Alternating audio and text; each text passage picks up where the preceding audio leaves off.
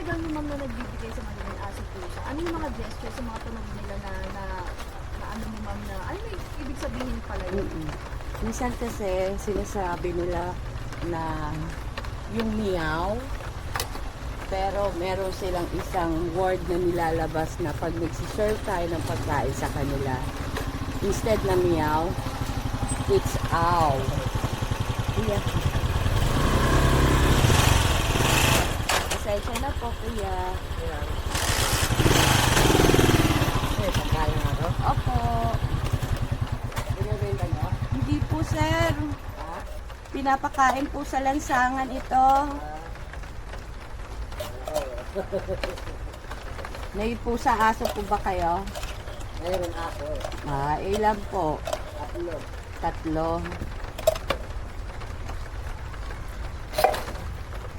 Hindi mo kayo. Pwede po. Okay. Wala ka po sa dish. Alagaan mo na lang. Okay. Oo.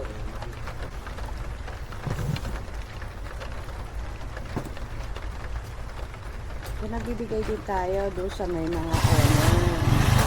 Siyempre, most of the time talaga, hindi naman lahat kayang may afford na ipakain ng ganito. So, nagbibigay tayo talaga para sa kanila. Mabalik tayo doon sa ang tanong mo ay kung anong gesture nila. May isa silang gesture na hindi meow lang. Meron. Kung meron ng boses na nagbigay sa mga aso pusa sa kalye. Meron na rin ngayong mukha ang mga pusa at aso. So, ilabas niyo yung mga mukha ninyo. Kasi pag wala kang kausap at puro boses lang, haharapin mo ba yon? So, ngayon lagyan na natin ang mukha.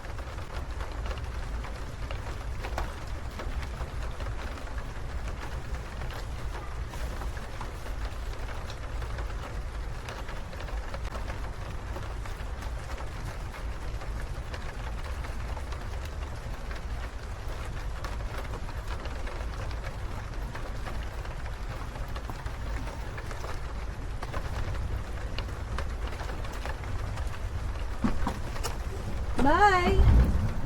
Take care! Watch out for the car. Bye!